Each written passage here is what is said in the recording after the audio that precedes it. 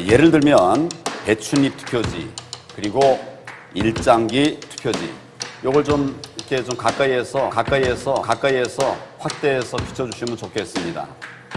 우리 방송에서 예 그렇습니다. 감사합니다. 그리고 본도로 붙어 있는 투표지 등을 보여주면서 4.15 총선이 총체적 부정선거였다고 제가 말씀을 드렸습니다.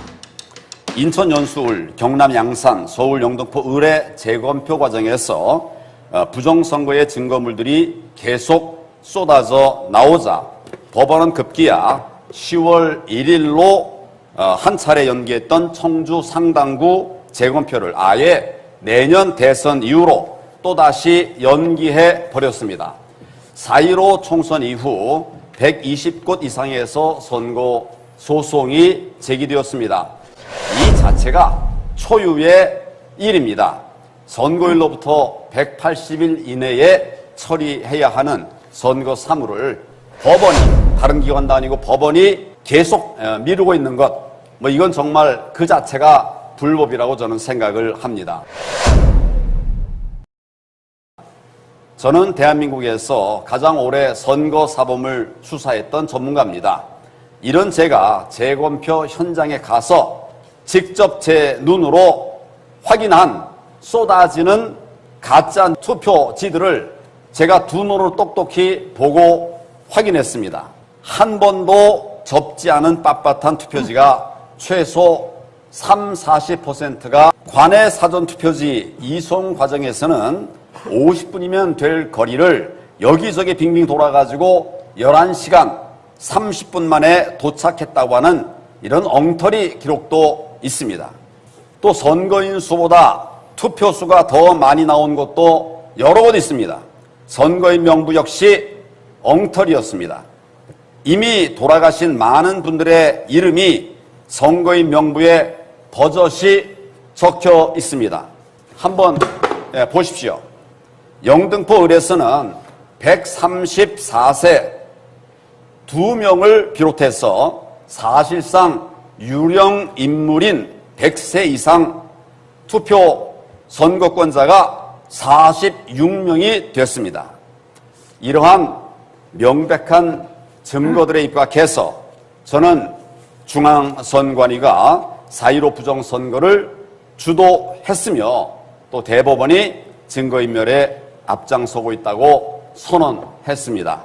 우리 최재형 후보님께 여쭙겠습니다.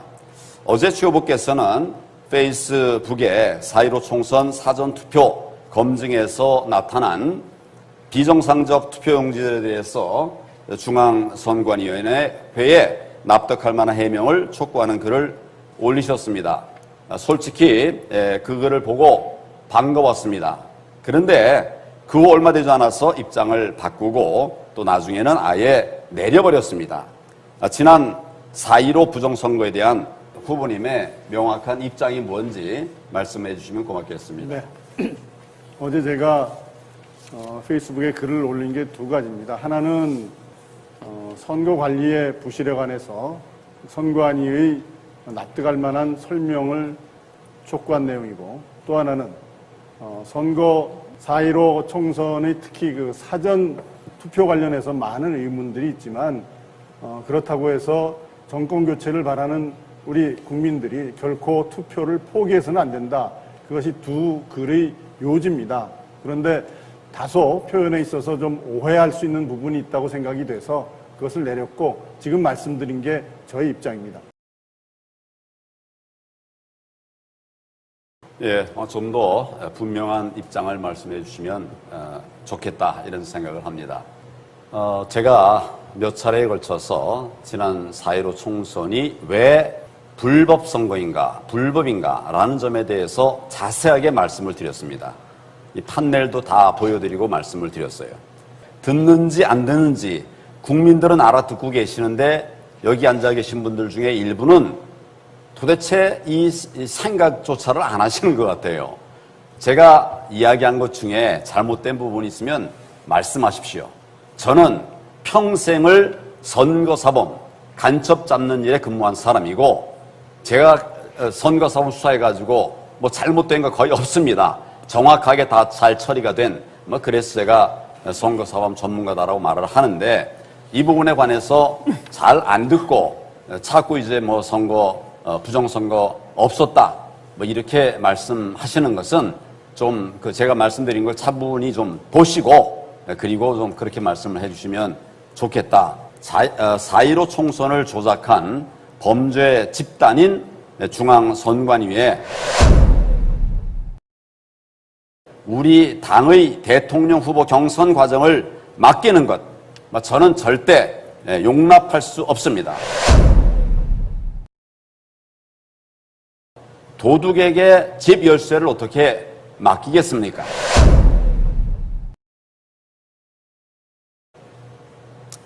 지난 전당대회 때 우리 당의 당내 선거를 중앙선관위원회에 일괄 도급 방식으로 위탁했었음이 최근 밝혀졌습니다.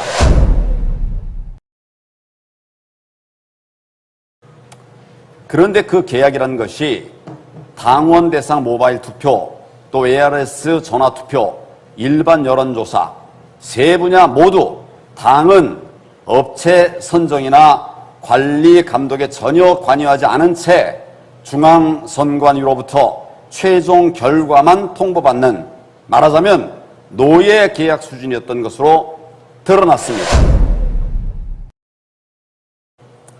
이게 정말 말이 되는 조치입니까?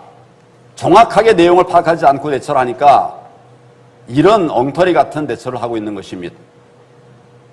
문제는 이번 대통령 후보 경선에서 경선 룰 결정을 위한 후보 간 회의가 개최되지 않았다는 사실입니다. 이번에도 이와 유사하게 진행될까 정말 우려가 됩니다. 이것을 막기 위해서 제가 구체적인 대안들을 좀 몇 가지 말씀을 드리겠습니다. 첫째, 지금이라도 경선을 위한 후보자 간 회의 개최가 필수적입니다. 둘째, 여론조사 작업은 당 선관위가 주도해야 합니다. 현실적 한계상 부득이 모바일 투표라도 중앙선관위가 담당하게 해야 한다면 엄격한 검증 절차를 마련해야 됩니다. 우리 선거입니다. 모바일 투표는 실시간 검증이 꼭 필요합니다. 일단 모바일 투표가 끝나고 나면 검증할 방법도 없습니다. 따라서 반드시 실시간 로그 기록 집계 현황 화면을 후보자들 측에서 참관하고 또 촬영할 수 있도록 해야 합니다. 넷째, ARS 전화 투표와 일반 여론조사는 당 선관위 주도로 각 후보자들의 협의하에 검증 등 그 기본 틀을 정해야 합니다.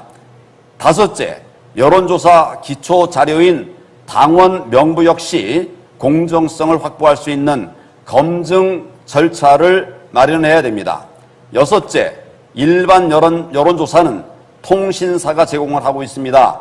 그런데 여론조사 기초풀 명단의 공정성이 의심됩니다.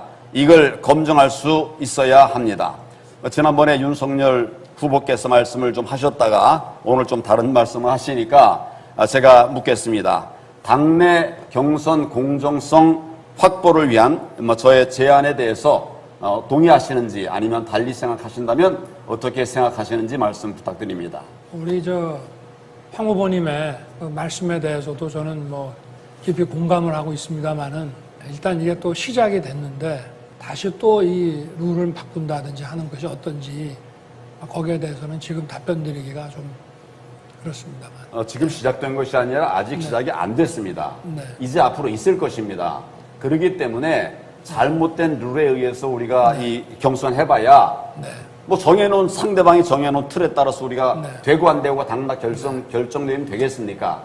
이 부분에 대해서 좀 잘 검토를 해보시고 정말 제대로 된 이런 경선이 이루어져야 된다 이런 생각을 합니다.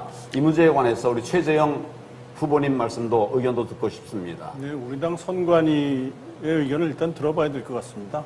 네, 그래서 우리 당 선관위 입장을 한번 들어보고 거기에 따라서 우리 그 후보들이 한번 논의를 선관위 결정 후에 선관위와 후보들이 논의가 필요하다면 그때 논의를 하는 것도 고려해 볼 만한 일이라고 생각합니다. 예, 중앙선관위가 아니라 우리 당 선관위원회의 의견을 존중해야 된다. 뭐 이런 취지로 이해하겠습니다. 반드시 정권 교체를 이루기 위해서는 지난 총선 때 저질러졌던 부정선거의 의혹을 말끔히 해소해야 합니다. 지금처럼 선거 조작이 가능하게 된다면 우리가 어떤 후보를 내든 어떤 정책을 내든 이길 수 없게 됩니다. 그렇게 해서는 안 되기 때문에 제가 부정선거의 틀을 벗겨내야 된다. 이런 관점에서 말씀을 드리고 있습니다. 한 번 부정 저지른 자 그냥 질 리가 없죠. 이 부분을 명심해야 된다고 생각합니다. 제가 먼저 행동으로 정의를 실천하겠습니다.